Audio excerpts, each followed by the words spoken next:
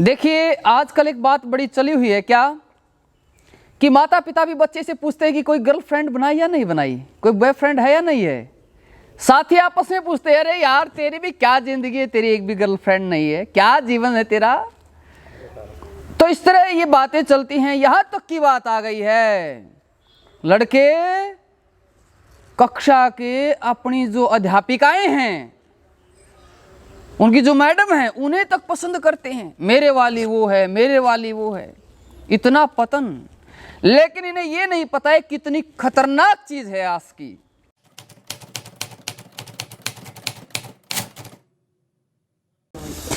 देखिए आजकल जो लड़के लड़की का आपसी आकर्षण है ये बहुत खतरनाक है। किसी ने कहा यदि किसी का घर बार छुड़वाना हो, पढ़ाई लिखाई छुड़वानी हो, खेल कूद छुड़वाना हो, व्यायाम छुड़वाना हो, नौकरी छुड़वानी हो, तो बोले एक काम कर दो। क्या कहते? उसकी कोई गर्लफ्रेंड बनवा दो या लड़की का कोई बॉयफ्रेंड बनवा दो। फिर उनका ध्यान वहीं रहता है, उसी की बातों में, उसी की ख्यालों में, उसी की यादों में खोए रहते हैं। और ये आकर्षण लड़का और लड़की का ऐसा खतरनाक ये आकर्षण है, उनके जीवन को बर्बाद कर देता है। कई का नहीं छोड़ता। कहते भी तो हैं कि चारों तरफ फैल गई, चारों तरफ फैल गई एक लाइलाज बीमारी है, और इस आकर्षण को घोषित कर दो कि ये बहुत बड़ी महामारी है, ये बहुत बड़ी महामारी हो गई है। आज नौजवानों को अंदर से खोखला कर रही है, उनको उनके लक्ष्य से भटका रही है। आज उनका ध्यान अपनी पढ़ाई पर नहीं रहता, उनका ध्यान रहता मेरी गर्लफ्रेंड का मैसेज कितनी देर में आएगा, वो मुझसे चैटिंग कितनी देर में करेगी, आज उसकी कॉल नहीं आई। उसका ध्यान आज अपने लक्ष्य और माता पिता पर नहीं, अपनी गर्लफ्रेंड और अपने बॉयफ्रेंड पर ध्यान रहता है।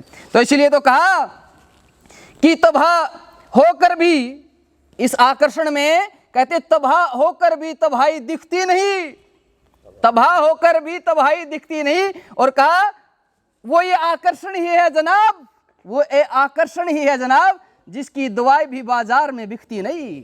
इसकी तो दवाई भी नहीं बिकती, जो फंस गया गया काम से। इतनी लाइलाज बीमारी है।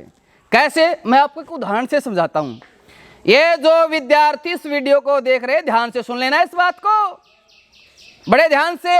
जो कहते हैं ना नहीं, गर्लफ्रेंड से तो व्यक्ति को उसका लक्ष्य प्राप्त होता है, गर्लफ्रेंड तो उसके लक्ष्य में सहायक बनती है। लोग आईएएस बन गए, लोग आईपीएस बन गए। अरे ओ हो क्या कहने। कहते जब गर्लफ्रेंड का फोन आता है, वो सुबह उठाती है ना, उठकर चलो प्रैक्टिस करके आओ, तो आशिक तुरंत उठता है, जाता है।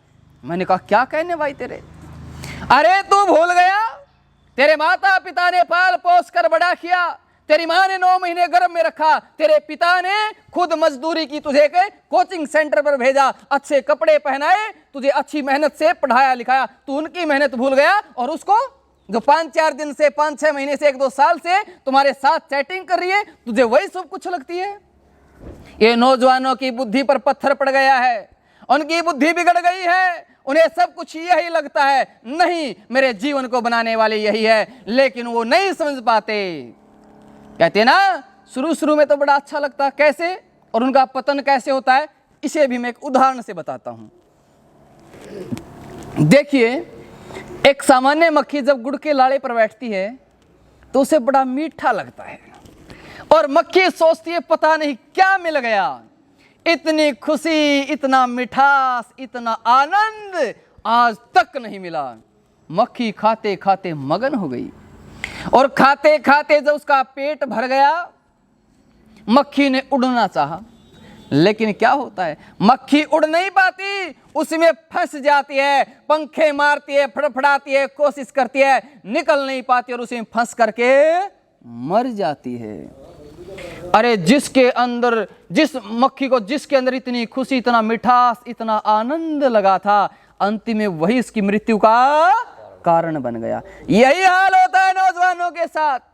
जब उन्हें कोई सुंदर लड़की दिखाई देती है, उस पर आकर्षित हो जाते हैं, मोहित हो जाते हैं, बार बार उसे देखने का मन करता है, उसी के ख्यालों में, उसी की यादों में डूबे रहते हैं। और एक दिन वो दिखाई ना दे तो मन नहीं लगता, एक दिन दिखाई ना दे तो पूरा दिन कटना भारी हो जाता है। यदि कक्षा में पढ़ रहे हैं और एक दिन वो ना आए कक्षा में तो मन नहीं लगता पूरे दिन। और कहते होते होते जब दोनों की आंखें मिलनी शुरू हो जाएं, ओहो फिर तो क्या कहने, एक बार नजरों से नजरें मिल जाएं, बस मानो दुनिया का सारा सुख मुझे प्राप्त हो गया है। और फिर आगे क्या होता है, बातें होनी शुरू हो जाए, अरे हो फिर तो सोचते हैं कि मानो स्वर्ग का वासी हो गया हूं मैं।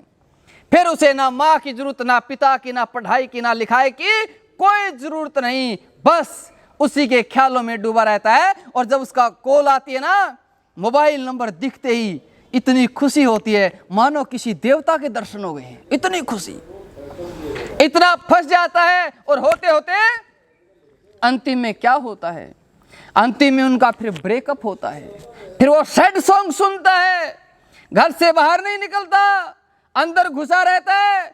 और मैं आपको बता दूं, आज जितने भी बच्चे डिप्रेशन में हैं, इन सब का कारण ब्रह्मचर्य नाश है, ये आकर्षण है, ये ब्रेकअप है। इन सब का कारण ब्रह्मचर्य पालन कर ही नहीं पा रहे हैं, इन लड़कियों के चक्रों में फंसे हुए हैं।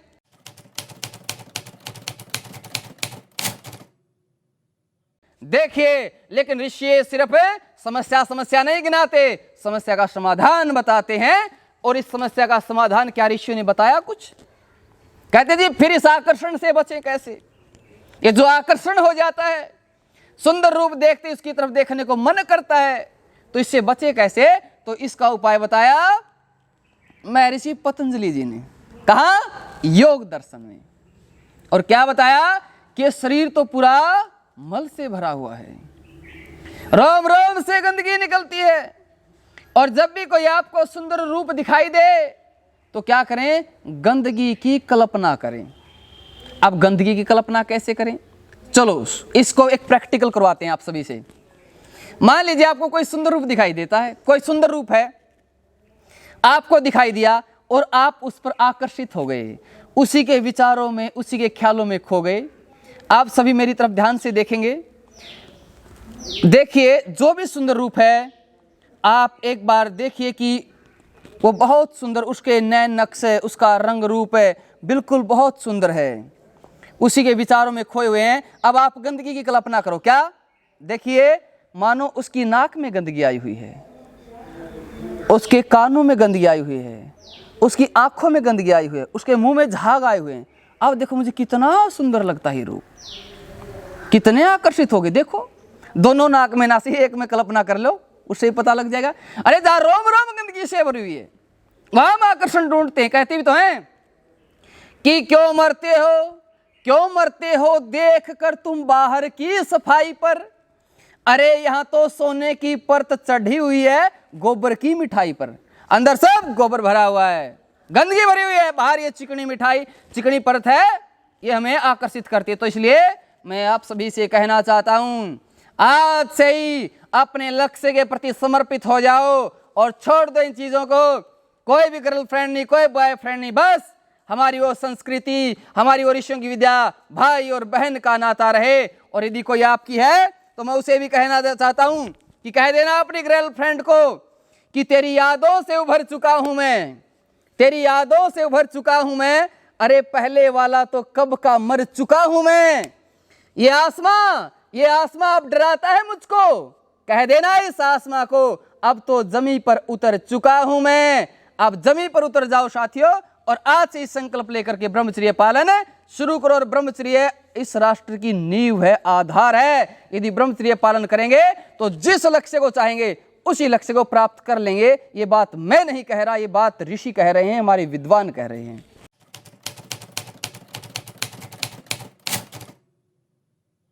हाँ जी, मैं अग्निदेव आर्य, आर्ष महाविद्यालय गुरुकुल कालवा, जिला जींद, हरियाणा में। देखिए मैं गुरुकुल में क्यों आया, किस लिए आया, इस पर थोड़ा सा मैं बताना चाहता हूँ।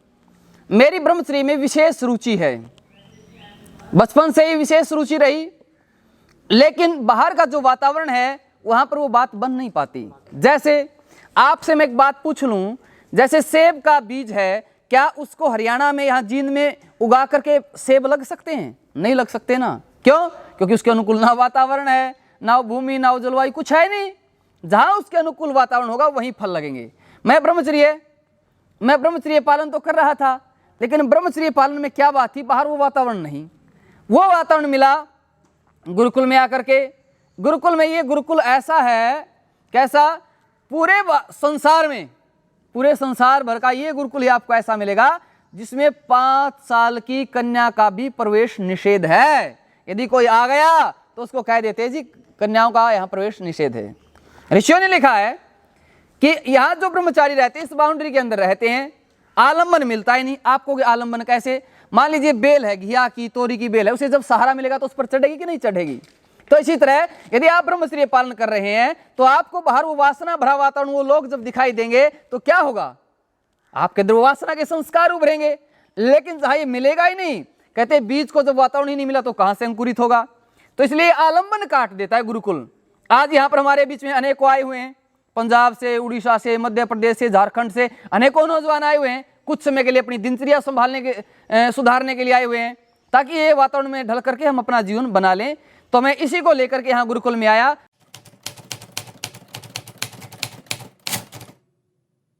और इसके साथ साथ यहाँ आर्ष विद्या पढ़ाई जाती है। आर्ष विद्या हमारी जो ऋषियों की विद्या है उसका अध्ययन यहाँ करवाया जाता है। मुख्य रूप से व्याकरण, महाभाष्य, निरुक्त आदि यहाँ पढ़ाए जाते हैं। तो इस उद्देश्य को लेकर के ऋषियों की विद्या पढ़ें और ब्रह्मचर्य में आगे हम गति करें।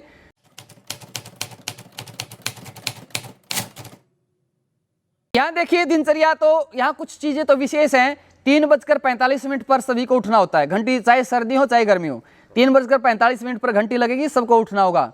कोई नहीं उठता तो उसका दूध आदि बंद कर दिया जाता है, भोजन बंद कर दिया जाता है, दंड दिया जाता है। यहाँ पर सोने का समय है, 9 बजे घंटी लगती है मंत्र पाठ की। 9:20 तक आपको सोना होता है, चाहे आपको नींद आए ना आए, लाइट बंद करनी होगी, बिस्तर पर लेट जाना होगा आपको। उठने का आप पहले भी उठ सकते हैं, वैसे 2 बजे भी उठ सकते हैं, लेकिन 3:45 तो उठने का है ही नियम। यदि आपको लगे मुझे और ज़्यादा पढ़ना है तो थोड़ा सा पहले आप उठकर पढ़ सकते हैं, लेकिन बिना किसी को तंग किए आप अकेले में ऐसा पढ़ सकते हैं। फिर यहाँ पर व्यायाम आदि होता है, फिर दोनों समय हवन होता है। जो आजकल कोरोना वायरस चले ना, ये गुरुकुल के तो आसपास भी नहीं आ सकता। क्यों? विशेष सामग्री से और गाय के घी से दोनों समय हवन होता है। बिल्कुल लगभग 1 किलो गाय के घी से हवन होता है यहाँ पर, दोनों समय इतना लगता है। और यहाँ वातावरण इतना शुद्ध है, रोग आसपास नहीं फटकते। एक कह रहा था जी मुझे रोग था, मैं तो यहाँ ठीक हो गया। तो ऐसे यहाँ पर बहुत विशेष लाभ मिलता है। फिर भोजन है, यहाँ जो हमारा मुख्य रूप से यही ऑर्गेनिक ही होता है, खेतों का होता है, गाय का दूध मिलता है। तो ये चीज़ें यहाँ पर रहती हैं।